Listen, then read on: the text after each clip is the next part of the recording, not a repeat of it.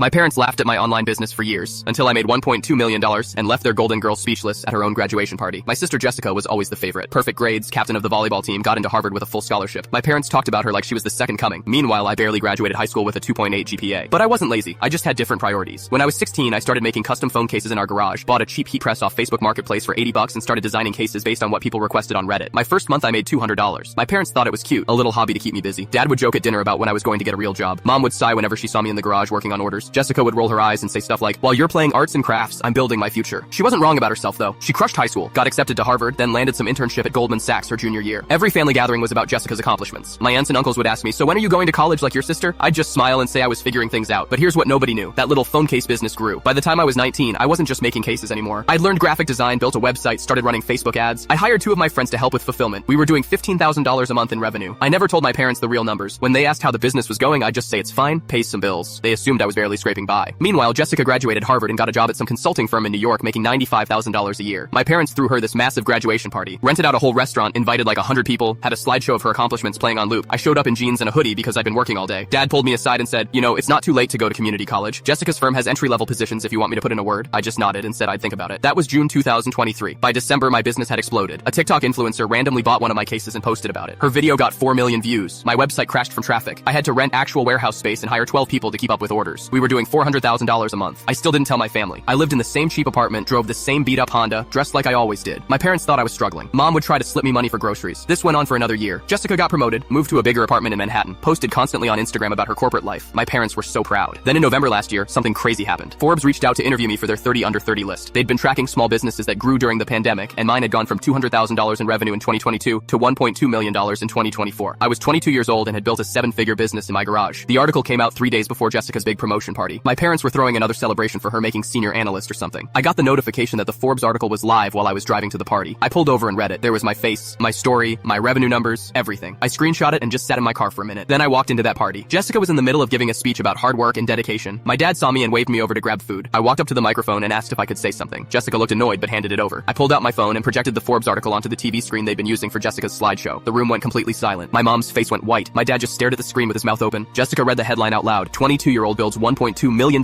business from parents' garage. Then she looked at me like she'd never seen me before. I said, "Congratulations on your promotion, Jess. You're making what, $120,000 now? That's awesome. I made that in the last 3 weeks." My aunt started laughing. Not mean laughing, just shocked laughing. Then everyone started talking at once, asking questions, congratulating me, pulling out their phones to read the article. My dad walked up to me and just said, "Why didn't you tell us?" I looked at him and said, "Because you never asked. You assumed I was failing because I wasn't doing what Jessica did." Jessica left her own party early, said she had a headache. My parents kept apologizing, saying they had no idea that they were proud of me, but honestly, I didn't need them to be proud anymore. I'd already proved everything I needed to prove.